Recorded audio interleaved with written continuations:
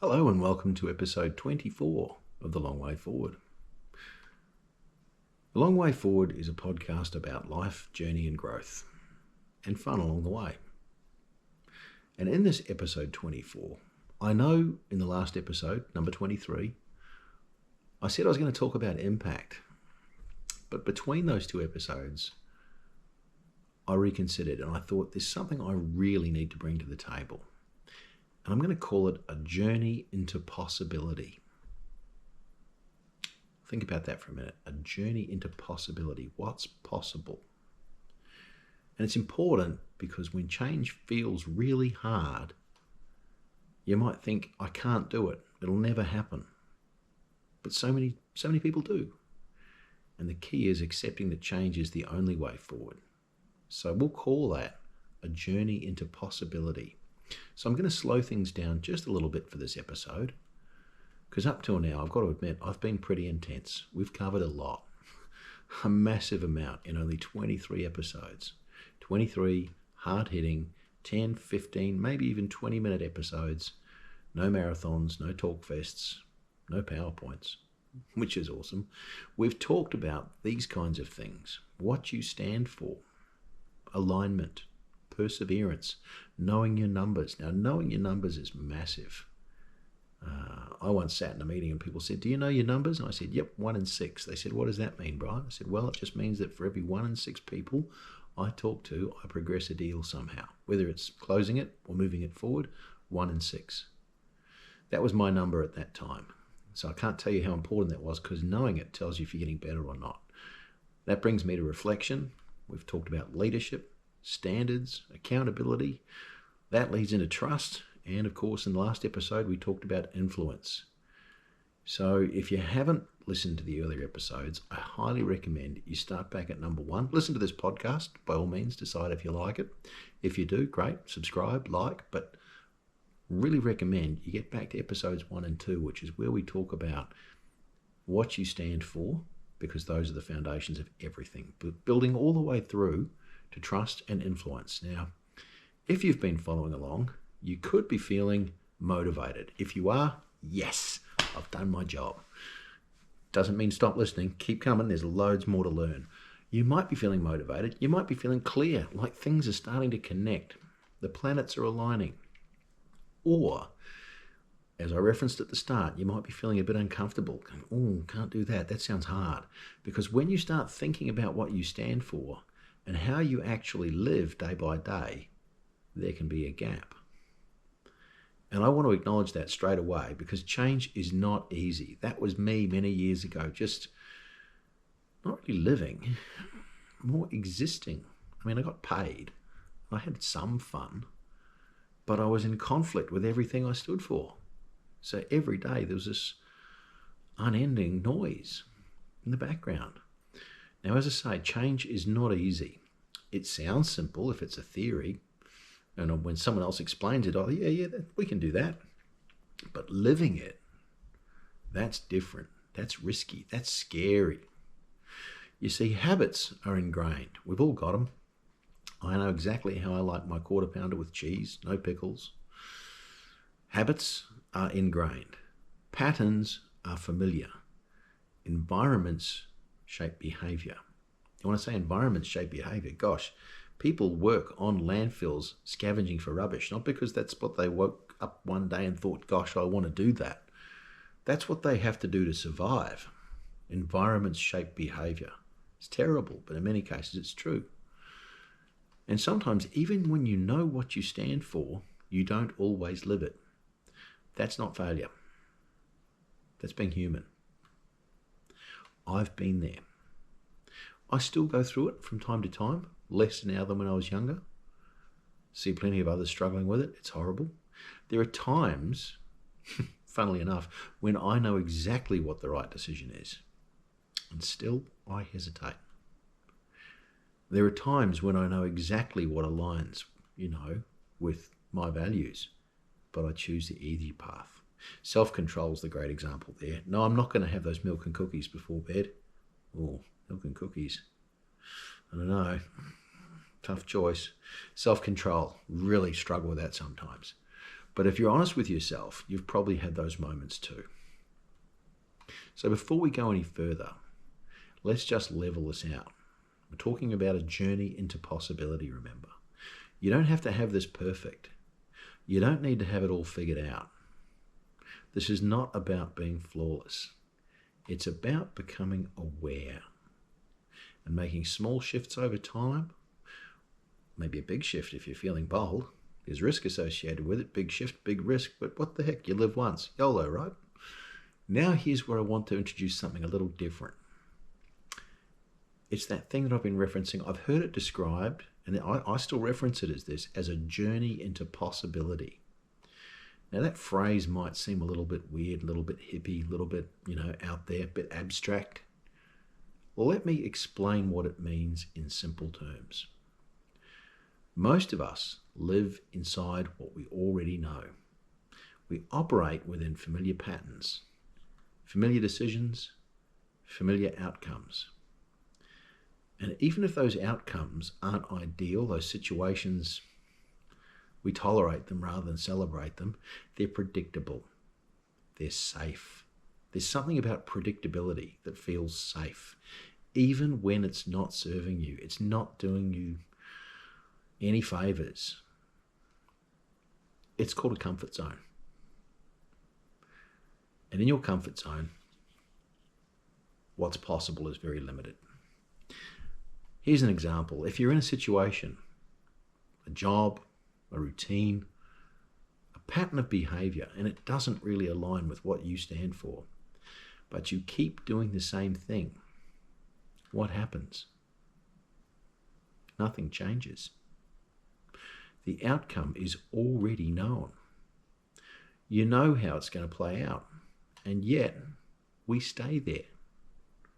Not because we want to, but because change is uncertain. It's scary. Here's the key point. Staying the same might feel safe, but it also guarantees the same result. So when you think about it that way, there's no safety in it at all. Certainly no emotional safety. There's just familiarity. Now, here's where this thing called possibility comes in. The moment you stop investing all of your effort, all of your time, your life, your energy, your soul, the moment you stop investing all of that into something that just doesn't work for you, it just doesn't align, it doesn't feel right, you stop. Not going to make any more effort in that regard. Something interesting happens. You create space. Because all of the time that you were investing in that thing, that activity, that person, that job, all of that time, you suddenly have free. The emotional energy, the mental energy that you had focused on that thing, it was probably annoying you secretly. As soon as you stop, you get all of that back. It's like a weight's lifted off your shoulders. And that weight, that thing that's pressing you down, you remove it. You get that space back, all that time back. That is where possibility lives. And I'm not saying you need to flip your whole life upside down. That's not what this is. It's not about dramatic change. It's about small shifts usually. And this is where it aligns with your values about, protecting your time. It might be saying no where you would normally say yes. You might feel really good too sometimes. It might be speaking up when you would normally just stay quiet. How good does that feel? Can rattle a few people though. It might be choosing a different action in a situation you've repeated 100 times before. But those small shifts start to open things up because now you're no longer locked into the same pattern. You're not on the same railway track heading for the same station. You've moved. You've stepped out of it. You're going somewhere else. This is good because that's where new outcomes become possible. Okay? Now here's something really important. Now we know that we've made those changes, new outcomes become possible. But don't forget that just because it's possible doesn't mean everything suddenly becomes easy. It doesn't mean everything works straight away because it's hard. In my own journey, I think I think in my mid-20s, I was working at a job that I had to commute 3 hours each way for, and I was overworked. It was a horrible environment. The boss was not kind, but I needed the money. And I worked really, really hard. And I knew I was good at my job. But they could see I was struggling. It just didn't work for me. And they let me go. They let me go on the last day of a 6-month probation. So I thought, as I walked out the door, I didn't feel beaten. I felt great. Because I'd realised in those 6 months that I did not want to work in that industry. I did not want to work in that kind of environment. It just wasn't me. So weirdly, as I walked out of that place for the last time, I was happy. And I took that severance pay and I used that to start a course, a short course. And it was that course that was the beginning of the rest of my career. Because it was a change. It was an unknown. And some people around me were nervous with that at that time because they wanted me to go and get a job in the same environment, same industry, because that's what I knew. I said, I'm not doing that. I'm not going back. This is what I want to do. I'm going to explore it. And 25, 30 years later, I'm still doing it, and I don't regret it. So if you're considering a change, be open to possibility. Be open to change. Know there's risk involved, but if you keep doing what you're doing, the outcome is clear. Now remember, it doesn't mean everything works straight away. I got into my new career, I knew nothing. I wasn't good, but I worked real hard. Making that change, though, means, as I've said, you are no longer limited to the same predictable result. You've created room for something different to happen. And that something different happening matters more than anything else because it aligns with you. Let's bring this back to what you stand for, because your principles, what you care about, the fabric of your soul, the fabric of your being, don't change much. They can over time, but they don't change much from day to day.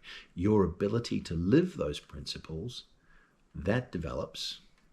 It can be further developed by the choices you make through small decisions, repeated. Not big moments, although mine was pretty big. You can go down that path if you're well supported. And like I said, if you've got a small payout to support you.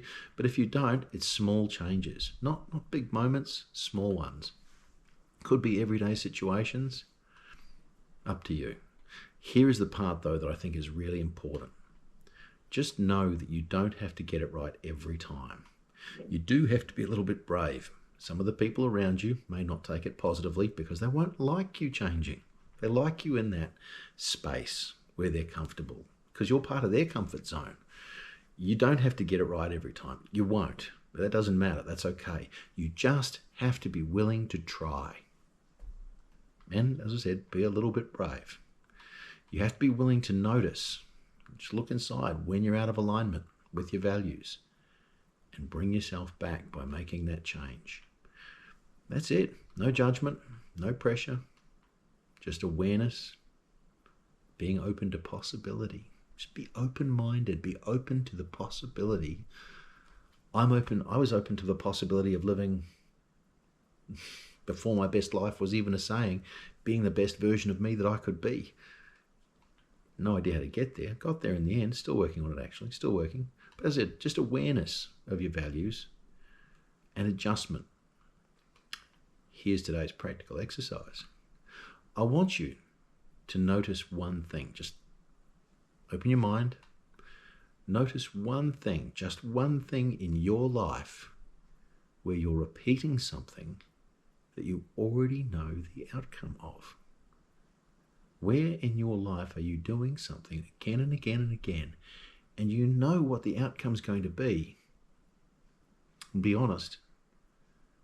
It's probably not something you're entirely happy with. Be honest, because there's usually something that you do. It could be smoking, it could be drinking, it could be not taking the dog for a walk as often as you should. There's usually something you do, or something you don't do. It's a situation, a reaction, a pattern, somewhere where you already know this is how it goes. Now ask yourself, what is one way I could do this differently, or stop doing it, and the outcome would be better? Or do something completely different rather than that. Not perfectly, not dramatically, just differently, or something different. And then try it. See how it feels. Tell me how it feels when you do it. That small shift, ladies and gentlemen, that small shift is your first step into possibility. It feels great. Trust me. Just do it. That could be a slogan. That small shift, you doing that different thing, that is the first step into your journey of being open to possibility. You're open to change. So remember this. You don't need to have the whole path figured out. If you know the destination, that's great. You know where you are. You know where you want to go. How do you get there? Lots of small steps, lots of sideways steps. You won't know the whole path. You just need to step out of the one that you're on. Step off the path that isn't taking you where you want to go. My destination's over here, but this path is taking me over there. And I keep doing these things, I'm going there. But I want to go there. Time for a change. It's that simple. So from there, as you see your destination start to align, things begin to open up. New conversations, new opportunities, new ways of thinking, new connections, not because you forced them, but because you made space for them. You were open to them. You were open to the possibility of them. Now, as we move forward from here, as I always say, we are going to build on this idea a little. Once you start stepping into possibility, something else becomes really important. Clarity of direction. Not just what you're moving away from, but what you're moving forward. Eyes on the prize. I'm going there. Not there. There. Eyes on the prize. Moving forward to. And that's where we're heading next. This is the Long Way Forward podcast. Not perfect, not instant, but real. Thank you for being here and thank you for listening. Hopefully I'll see you in the next episode. If you enjoy what I say, it'd be awesome if you could subscribe, throw us a thumbs up like, or even drop a comment. See you in the next episode.